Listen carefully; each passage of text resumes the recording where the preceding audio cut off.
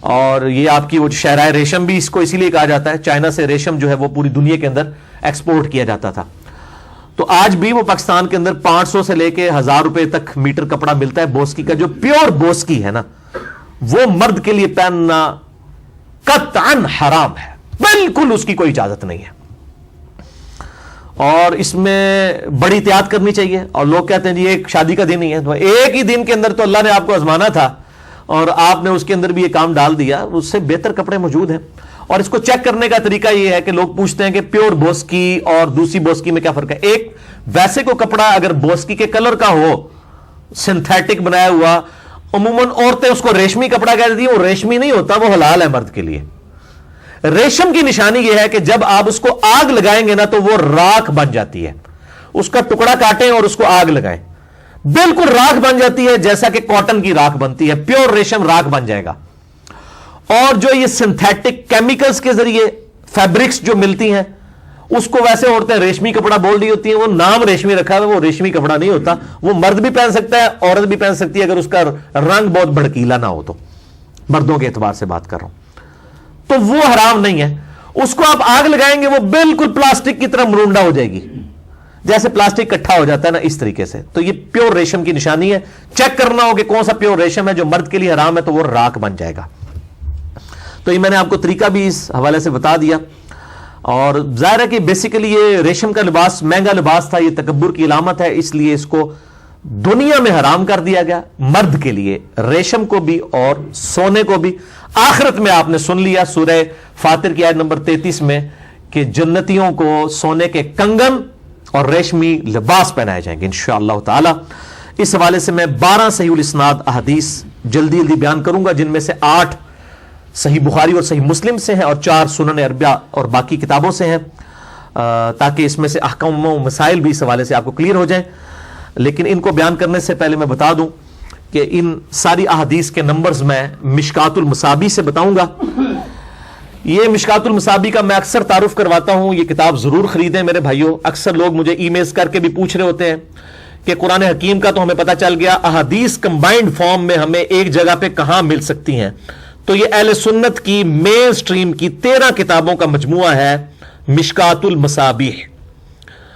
6294 احادیث ہیں، 6294 احادیث. بخاری اور مسلم اور باقی کتابیں جامع ترمذی، سنن ابی داؤد، سنن ابن ماجہ، سنن نسائی، اس کے علاوہ بھی الموطا امام مالک، مسند احمد، المستدرک للحاکم، سنن کبریٰ البیہقی اور باقی کتابوں کے نوٹس ہیں. یہ آج سے تقریباً 800 سال پہلے امام ولی الدین تبریزی المتوفا 748 ہجری نے اس کو جمع فرمایا.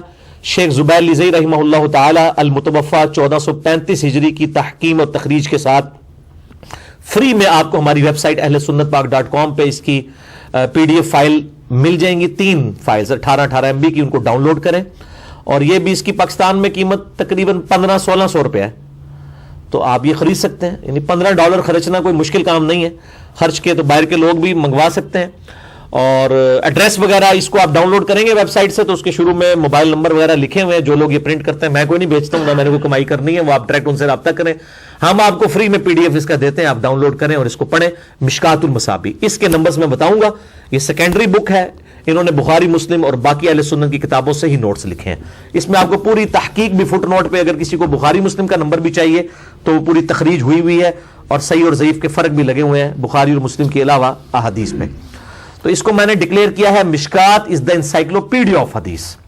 اس پہ میں نے پورا ڈیٹیل لیکچر دیا ہے، مسئلہ نمبر 111B، وہ آپ ضرور دیکھیں. اس میں میں نے پورا تعارف کروایا، آج میں اس ڈیٹیل میں نہیں جا رہا. بہرحال میرے بھائیوں، آج صرف ان 12 احادیث کو کور کریں گے. پھر بھی اگر سوال ہو تو آپ رابطہ کریں. ہمارے بھائیوں کے نمبرز دیے ہوئے ہیں ویب سائٹ کے اوپر. فرحان بھائی کا نمبر دیا ہوا ہے، یوسف بھائی کا دیا ہوا ہے، حارث بھائی کا دیا ہوا ہے، معظم بھائی کا بھی. ابھی ایک اور بھائی بھی ہیں لاہور کے، غلام محی الدین بھائی، ان کا نمبر بھی انشاءاللہ ہم ڈال دیں گے. ان سے آپ رابطہ کریں اور اپنے سوالات ان کو لکھوائیں گے. میں اس لیے کہہ رہا ہوں اکثر لوگ رابطہ کرتے ہیں، ان کو کلپس بھی مل جاتے ہیں. بعض سوالات ان اٹینڈڈ ہوتے ہیں، وہ فرحان بھائی کو آپ لکھوائیں. ان کا نمبر ہے 0332958214. واٹس ایپ پہ بھی ہیں +92 پاکستان کا کوڈ لگے گا. سوالات لکھواتے جائیں انشاءاللہ. پھر ایک نشست کریں گے، اس میں سارے جوابات ہم ریکارڈ کروا دیں گے انشاءاللہ تعالی. اور ریسرچ پیپرز کے لیے عثمان بھائی سے رابطہ کریں. مجھ سے ڈائریکٹ فون پہ کسی نے بات کرنی ہے تو عثمان بھائی کے نمبر پہ ہی میں بات کرتا ہوں, وہ آپ کو ٹائم دے دیں گے. ان کا نمبر 032159000162 ہے, +92 کے کوڈ کے ساتھ. واٹس ایپ وہ یوز نہیں کرتے, آپ ان سے رابطہ کر سکتے ہیں. اس کے علاوہ بھی بھائی جو پوری دنیا سے سلام میرے تک پہنچاتے رہتے ہیں, الحمدللہ ملتا رہتا ہے. میں ان سے یہ ریکویسٹ کروں گا کہ دعوت حق کو عام کریں اور دعاؤں میں یاد رکھیں. مجھے سلام بھجوانے کی بجائے مجھے دعاؤں میں یاد رکھیں, میں آپ کو دعاؤں میں یاد رکھتا ہوں, یہ زیادہ بہتر ہے میرے حق میں بھی اور آپ کے حق میں بھی انشاءاللہ تعالی. تو میں اجتماعی طور پہ سب کو کہتا ہوں وعلیکم وعلیہم السلام ورحمۃ اللہ وبرکاتہ. پہلی حدیث صحیح بخاری اور صحیح مسلم کی متفق علیہ حدیث ہے, بخاری میں 4316. آپ صلی اللہ علیہ وآلہ وسلم نے فرمایا, جو شخص دنیا میں ریشم پہنتا ہے وہ آخرت میں نہیں پہنے گا, یعنی مراد وہ جنت میں نہیں پھر جائے گا. دوسری حدیث بھی بخاری اور مسلم دونوں میں ہے, مشکات میں اس کا نمبر ہے 4320. پہلی جو حدیث تھی اس کا مشکات میں نمبر 4316, اس کا 4320, کہ آپ صلی اللہ علیہ وآلہ وسلم نے فرمایا, دنیا میں صرف وہی آدمی ریشم پہنتا ہے جس کا آخرت میں کوئی حصہ نہیں ہے, یعنی جس کو جنت نہیں ملنی نا وہی دنیا میں ریشم پہنے گا. تو یہ بوسکی کا لباس پہننا مطلب لوگ تو بڑا اس کو لائٹ سمجھ رہے ہوتے ہیں, خیر ہے, یہ خیر والا معاملہ نہیں ہے. تیسری حدیث بھی بخاری اور مسلم کی متفق علیہ حدیث ہے, دونوں کتابوں میں, مشکات میں 4321, کہ آپ صلی اللہ علیہ وآلہ وسلم نے سونے اور چاندی کے برتنوں میں کھانا کھانے سے منع فرمایا, تکبر کی علامت ہے. ریشم پہننے سے اور دباج, یہ بھی ریشم کی ایک شکل ہے, اس کو پہننے سے اور ان پر بیٹھنے سے بھی منع فرمایا. ریشم کا قالین زمین کے اوپر بچھا ہو, آپ اس کے اوپر بیٹھ اور چل بھی نہیں سکتے, یہ بھی تکبر کی علامت ہے, حرام ہے. چوتھی حدیث بھی بخاری اور مسلم دونوں میں موجود ہے, مشکات میں 4322. مولا علی رضی اللہ تعالیٰ عنہ علیہ السلام کہتے ہیں کہ نبی صلی اللہ علیہ وآلہ وسلم نے مجھے ایک ریشمی جوڑا تحفے میں بھیجا, تو میں نے وہ پہن لیا. پہن کے آپ صلی اللہ علیہ وآلہ وسلم کے سامنے آیا تو آپ صلی اللہ علیہ وسلم کے چہرے مبارک پر ناراضگی کے آثار آئے. تو آپ صلی اللہ علیہ وآلہ وسلم نے فرمایا, اے علی, میں نے یہ تیری طرف اس لیے نہیں بھیجا تھا کہ تو پہن لے, بلکہ اس لیے بھیجا تھا کہ اس کپڑے کو پھاڑ کے عورتوں میں اوڑھنیوں میں تقسیم کر دو. یعنی آپ صلی اللہ علیہ وآلہ وسلم کتنا ناراض ہوئے ہیں اس معاملے میں. پانچویں حدیث بھی بخاری اور مسلم دونوں میں موجود ہے, مشکات میں 4323 اور 4324. سیدنا عمر فاروق رضی اللہ تعالیٰ عنہ علیہ السلام جب ملک شام فتح ہوا تو جب وہاں پر گئے تو انہوں نے وہاں پر ایک خطبہ دیا اور فرمایا کہ نبی صلی اللہ علیہ وآلہ وسلم سے میں نے خود بات سنی تھی کہ آپ صلی اللہ علیہ وآلہ وسلم نے ریشم پہننا مردوں کے لیے حرام کیا ہے, ہاں مگر 2 یا 3 یا 4 انگلی تک کی اجازت ہے. یعنی 4 انگلی تک چوڑا اگر ہو ریشم, یہاں پہ کوئی کڑھائی کروا لیتا ہے یہاں پہ یا سائڈ پہ, تو وہ جائز ہے. 4 انگلی سے زیادہ چوڑائی نہیں ہونی چاہیے. اور اس کے ثبوت میں اگلی حدیث صحیح مسلم سے, چھٹی حدیث مشکات میں 4325. اسماء بنت ابی بکر کہتی ہیں کہ ان کے پاس ایک کالے رنگ کا جبہ انہوں نے نکالا جو تیالسی کسروانی یعنی پرشین امپائر کی طرف سے گفٹ آیا ہوا تھا آپ صلی اللہ علیہ وآلہ وسلم کو, کالے رنگ کا جبہ, یعنی کالے کپڑے پہننا سنت ہے. یہاں پہ وہ کہتے ہیں یہ رافضیوں کا طریقہ ہے, آپ صلی اللہ علیہ وسلم نے کالے رنگ کے کپڑے پہنے. تو اسماء بنت ابی بکر نے نبی صلی اللہ علیہ وسلم کی وفات کے بعد وہ جبہ نکالا صحابہ کرام کے سامنے اور کہا کہ یہ جبہ میں نے سیدہ عائشہ اپنی بہن سے لیا ہے, اور یہ جبہ نبی صلی اللہ علیہ وآلہ وسلم استعمال فرمایا کرتے تھے. اور اس جبے پہ صحیح مسلم کے الفاظ ہیں کہ گریبان پر اور چاکوں کے اوپر ریشم کی کڑھائی ہوئی تھی, یعنی وہ 4 انگلی کے اندر. یعنی اگر یہ پٹی اگر کوئی یہ کڑھائی کروا لیتا ہے تو وہ اس کو تیکھی نظروں سے نہ دیکھیں, یہ سنت ہے, چاہے وہ ریشم کی بھی کروا لے. اور چاک کے اوپر بھی, یہاں پہ بھی کروا, کہیں بھی, یعنی 4 انگلی سے زیادہ چوڑائی نہیں ہونی چاہیے.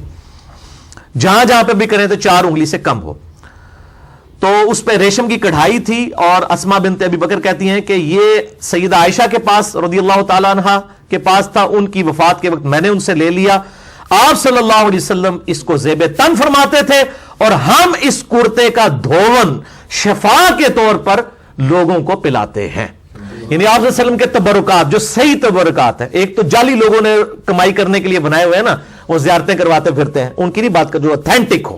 اور ظاہر ہے کہ آج کے دور میں تو ہم کنفرم نہیں کر سکتے, نہ اتھینٹک کہہ سکتے ہیں نہ نان اتھینٹک، خاموشی اختیار کرتے ہیں. وہ تو ظاہر صحابیہ تھیں، ان تک تو وہ بات پہنچ گئی اس وقت. تو مسئلہ توسل، مسئلہ نمبر 43 میں نے یہ حدیث بتائی تھی، باقی ڈیٹیل تبرکات کے حوالے سے آپ دیکھ لیں. اس میں 7ویں حدیث جامعہ ترمذی اور سنن نسائی میں ہے، مشکات میں 4341 کہ نبی صلی اللہ علیہ وآلہ وسلم نے فرمایا سونا اور ریشم میری امت کی خواتین کے لیے حلال ہے اور مردوں پر حرام ہے. یعنی خواتین سونا اور ریشم استعمال کر سکتی ہیں، مردوں کے لیے حرام ہے. 8ویں حدیث بھی بخاری اور مسلم میں ہے، مشکات میں 4326 کہ آپ صلی اللہ علیہ وآلہ وسلم نے سیدنا زبیر اور سیدنا عبد الرحمن بن عوف رضی اللہ تعالیٰ عنہ کو ریشم کا کپڑا پہننے کی اجازت دے دی تھی جب ان کے جسم میں خارش شروع ہو گئی اور جوئیں پڑ گئی. یعنی خارش اور جوؤں کے علاج کے طور پر اگر کوئی ریشمی کپڑا پہنتا ہے اتنی دیر کے لیے تو وہ جائز ہے. اب کسی کی دماغ کی خارش کے علاج کے لیے نہیں، کسی کے ماں باپ کہیں گے جی خیر ہے ویادہ دیہڑا یہ ایک دیہڑی پال ہے، شادی کا دن ہے ایک دن پہلے، یہ دماغ کی خارش کا علاج نہیں، وہ بیماری جو خارش ہے اس کے علاج کے لیے تو پہنا جا سکتا ہے، جوؤں کے لیے بھی. تو بہرحال اس حوالے سے یہ جو ہمارے نعت خوان حضرات عجیب و غریب قسم کے لباس پہن رہے ہیں، اللہ تعالیٰ ان کو سمجھ دے، مطلب نو بہاتا دلہن والے لباس یہ لوگ عجیب و غریب، پگڑیاں بھی عجیب زرق برق ہوتی ہیں. ہم فتویٰ نہیں لگاتے، صرف حدیث سنا دیتے ہیں. مسند احمد، سنن ابی داؤد اور سنن ابن ماجہ میں حدیث ہے، مشکات میں 4346 ہے کہ آپ صلی اللہ علیہ وآلہ وسلم نے فرمایا جو شخص دنیا میں شہرت کا لباس پہنے گا قیامت والے دن اللہ تعالیٰ اسے ذلت کا لباس بنائے گا، وَلِعَوْذُ بِاللَّهِ تعالیٰ. البتہ اس کا ایک دوسرا رخ بھی ہے. یہ حدیث مشکات میں 4346 تھی، وہ 10ویں حدیث صحیح مسلم میں ہے، مشکات میں 5108. آپ صلی اللہ علیہ وآلہ وسلم نے فرمایا جس کے دل میں رائی کے دانے کے برابر بھی تکبر ہوا جنت میں نہیں جائے گا. ایک صحابی نے عرض کیا اللہ کے محبوب صلی اللہ علیہ وآلہ وسلم ہماری خواہش ہوتی ہے ہمارے کپڑے خوبصورت ہوں، جوتیاں خوبصورت ہوں. آپ نے فرمایا اللہ بھی خوبصورت ہے، خوبصورتی کو پسند فرماتا ہے. اچھے کپڑے جوتیاں پہننا تکبر نہیں. تکبر یہ ہے کہ تم حق بات سے اناد کرو، ٹھکرا دو، دل گواہی دے دے کہ بات ٹھیک ہے. بخاری اور مسلم میں نماز کا طریقہ رفع الیدین کے ساتھ لکھا ہے، پڑھ بھی لیا، دل نے گواہی بھی دے دی، اب بھی اکڑ آ گئی، یہ ہے تکبر. حق بات کو ٹھکرا دو. دوسرا لوگوں کو حقیر سمجھو. کوئی مہنگا لباس ضرور پہنے لیکن دوسروں کو حقارت کی نظر سے نہ دیکھے، پھر تکبر نہیں ہے. سیکنڈ لاسٹ حدیث 11ویں مسند احمد، سنن ابی داؤد، سنن نسائی میں ہے، مشکات میں 4351 کہ آپ صلی اللہ علیہ وآلہ وسلم نے ایک شخص کو دیکھا اس کے بال بکھرے ہوئے تھے. آپ نے فرمایا تجھے کوئی ایسی چیز نہیں ملی کہ اپنے بال ہی سمیٹ لیتا. پھر ایک شخص کو دیکھا کہ اس کے کپڑے میلے تھے تو آپ نے فرمایا اسے کوئی ایسی چیز نہیں ملی کہ اپنے کپڑے دھو کے صاف ستھرے کپڑے پہنتا. تو یہ سادگی میں یہ بھی نہیں ہونا چاہیے. یہ جو کچھ مجذوب ہوئے جوؤں والے پھر رہے ہوتے ہیں، لوگ ان کے پیچھے ہاتھ باندھ کے پھر رہے ہوتے ہیں. آج کل تو مجھے حیرانگی ہے کہ ہمارے سیاستدان بھی جو ہے ان لوگوں کے پیچھے پھرنا شروع ہو گئے اور بعد میں آپ دیکھ لیں کہ کیا ہو رہا ہے. میں نام لیے بغیر اشارتاً بات کر رہا ہوں اور اس کو ویڈیو میں سے کاٹوں گا بھی نہیں کیونکہ میں نے نام نہیں لیا. تو یہ جو ان کے پیچھے پھرتے ہیں، جو نمازیں بھی نہیں پڑھتے، ٹھیک ہے نا جی، جن کے اپنے کریکٹر ہی ٹھیک نہیں ہے، ان کے جسموں میں جوئیں پڑی ہوئی ہوتی ہیں، ان کے پیچھے لوگ پھر رہے ہوتے ہیں. اور نبی صلی اللہ علیہ وسلم فرما رہے ہیں کہ بال سوارو، ٹھیک ہے جی. یہ کہتے ہیں نانگے پیر نے، اے نانگے پیر دی حالت تسی دیکھ لو. نبی صلی اللہ علیہ وسلم کے سامنے آتے آپ کہیں گے یار انہوں کپڑے پواؤ، یہ بھی پتہ پاکستانی پوری قوم انہوں نے پیچھے ہے، ٹھیک ہے نا. اب پاکستانی قوم پیچھے، نبی صلی اللہ علیہ وسلم دا ہاتھ پیچھے کوئی نہیں جایا، یہ ذہن وچ رکھو.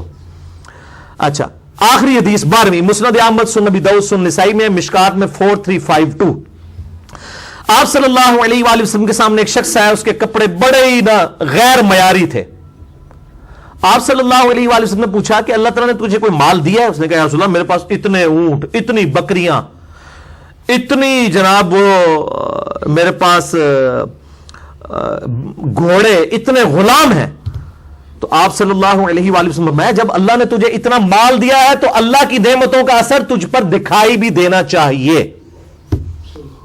کہ اللہ نے تجھے اتنی نعمتوں اور عزتوں کرامت سے نوازا ہے، اس پہ نظر بھی آئے. یہ نہیں ہے کہ وہ سارا مال جوڑ کے رکھا ہوا ہے اور اپنے جسم کے اوپر نہیں لگا رہے.